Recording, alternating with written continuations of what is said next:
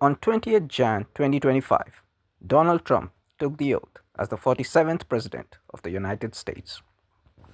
Minutes after being sworn in, Trump pledged that the US would reclaim the Panama Canal, reaffirming his pre inauguration threat to reassert US control over the canal.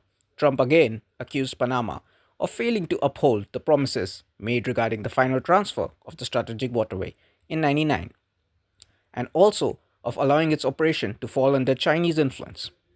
We didn't give it to China, we gave it to Panama, and we are taking it back, Trump stated.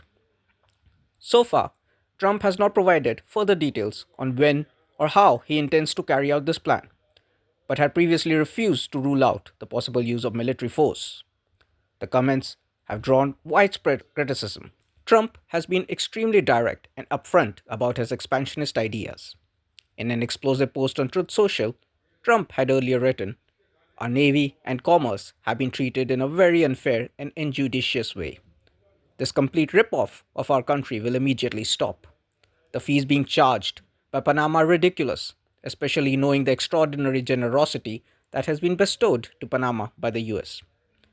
He went on to say that it was not given for the benefit of others, but merely as a token of cooperation with us and Panama. If the principles, both moral and legal, of this magnanimous gesture of giving are not followed, then we will demand that the Panama Canal be returned to us in full and without question, Trump stated. Now, what is the Panama Canal and why is it so important? Well, the Panama Canal is an artificial waterway connecting the two great oceans as well as the continents of South America and North America. The construction of the Panama Canal had long been envisioned simply because moving from one ocean to the other by going around the tip of South America was quite costly and time consuming. It was built between 1904 and 1914, largely thanks to the United States. Until then, building a canal was considered difficult due to the region's uniquely challenging geography. France had previously abandoned similar efforts due to its high costs. But that did not deter the United States.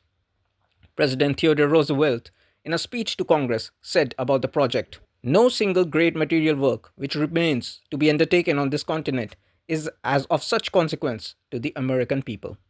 The country of Colombia controlled Panama until 1903, when a US backed coup helped Panama achieve independence. In exchange, the US received rights to build and operate the canal and permanent rights to the Panama Canal Zone through the Hay-Benau-Varela Treaty of 1903.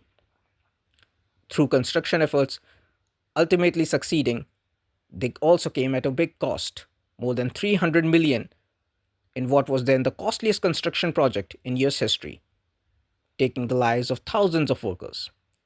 Today, the canal registers around 14,000 transits a year.